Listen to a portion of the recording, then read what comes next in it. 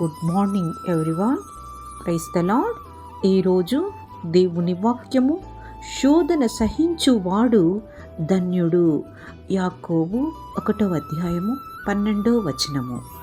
దేవుడు ఇలా సెలవిచ్చుచున్నారు, మనము ప్రతిరోజు ఎన్నో విధములైన శోధనలకు లోనవుతూ ఉంటాము. నేను దేవుణ్ణి చాలా నమ్ముచున్నానే, నాకే ఎందుకు ఇంత శోధనలు?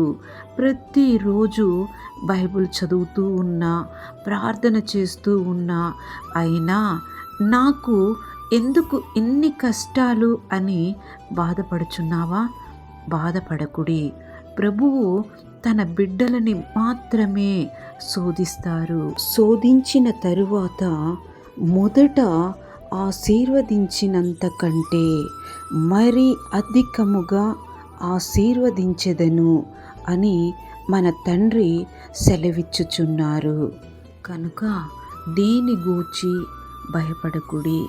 ఈ వాక్యము విన్న మిమ్మును, మీ కుటుంబాన్ని దేవుడు మెండుగా ఆశీర్వదించునుగాక. ఆమెన్.